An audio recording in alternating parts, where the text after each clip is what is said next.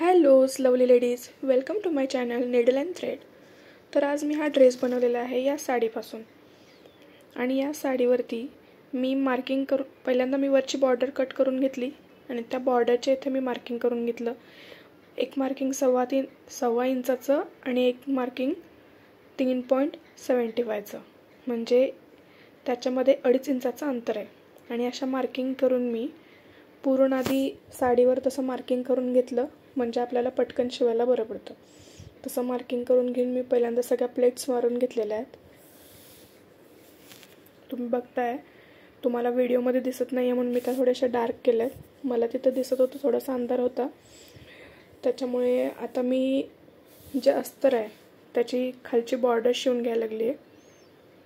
ती बॉर्डर शिवून घेतली तोपर्यंत माझी बॉबिन संपली. माहितीच आहे, जेव्हा पण काहीतरी काम करणार मध्ये बॉबिन संपणं हे मस्ट आहे. त्याच्यानंतर मी पुढच्या कामाला लागले.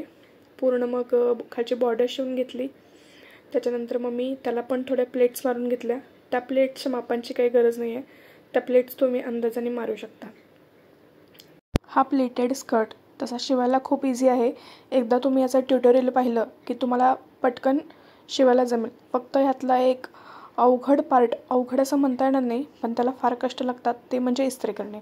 ह्या प्लेट्स व्यवस्थित पिन करून मग त्याला इस्त्री करणे. आणि इस्त्री म्हणजे तुमची जास्त टेम्परेचर पण नाही त्याला चालत, कारण जर तुमची साडी काठापदराची असेल तर त्याचं फॅब्रिक लगेच जळतं. त्यामुळं मीडियम हीटवर टेम्परेचर सेट करावं लागतं. आणि तसं मीडियम हीटवर केल्यामुळं प्लेट्स लवकर सेट होत नाहीत. म्हणून तुम्हाला सारखं ते इस्त्री फिरवून व्यवस्थित प्लेट्स सेट करायला लागतात, तरच या स्कर्टचा लुक छान दिसतो. तुम्ही नुसत्या प्लेट्स मारून जर डायरेक्ट स्कर्ट शिवला तर तो छान दिसत नाही.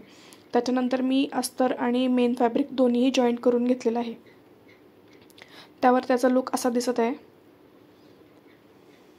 आणि आता बेल्ट बनवायचा आहे. जेवढा पण तुम्हाला बेल्ट हवा आहे जेवढा रेडी बेल्ट हवा आहे तेवढा मी त्याला पेपर कॅनव्हासची एक पट्टी काढून चिटकवून घेतलेली आहे. तुम्ही त्याला कॉलरचा जो कॅनव्हास वापरतात, जो हार्ड कॅनव्हास असतो, तोही त्याला चिटकवला तरी चालेल. आता मी अस्तर आणि जी कॅनव्हासची बेल्ट आहे ते आधी जॉईंट करून घ्यायला लागले. बेल्ट जॉईंट करताना त्याच्या दोनही साईड्स आणि एक वरची साईड ही जॉईंट करून घ्यायची. आणि जेव्हा बेल्ट जॉईंट करणार तेव्हा स्कर्टचा जो लेअर आहे तो पण थोडासा फोल्ड करायचा आणि जॉईंट करून घ्यायचा. पूर्ण एक साईडवरची जॉईंट करायची, ते पण आतल्या बाजूनं जॉईंट करायचं, म्हणजे आपल्याला फिनिशिंग देताना बरं पडतं की आपण वरच्या बाजूनं फोल्ड करून बेल्ट फिनिशिंग देऊ शकतो. आता हा बेल्ट पूर्ण तयार झालेला आहे आणि तुम्ही या बेल्टला बघू शकता की किती मस्तच फिनिशिंग आलेलं आहे. आणि त्याच्यामध्ये एक पोकळी शिल्लक राहिलेली असती जागा, तिथून तुम्ही कॉर्ड पण इन्सर्ट करू शकता लटकनसाठी, जो की लटकन छान दिसतो त्याच्यामध्ये कॉर्डमध्ये घालून त्याच्यामध्ये लावल्यानंतर. आता आपलं एकच काम राहिलं, ते म्हणजे साईड्स जॉईंट करायचं. पहिल्यांदा आपल्याला साडीचा लेअर जॉईंट करून घ्यायचा आहे पूर्ण खालीपर्यंत. जेवढं पण तुम्ही त्याला सीम अलाउन्स ठेवणार आहे तेवढ्यावरती पूर्ण शिवून घ्यायचं. त्याच्यानंतर अस्तरचंही तसंच करून घ्यायचं आहे.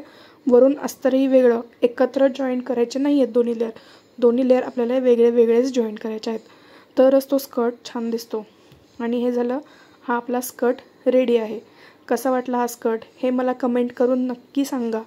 तुम्ही असा स्कर्ट कोणत्याही साडीचा शिवू शकता, तो खूप सुंदर दिसतो.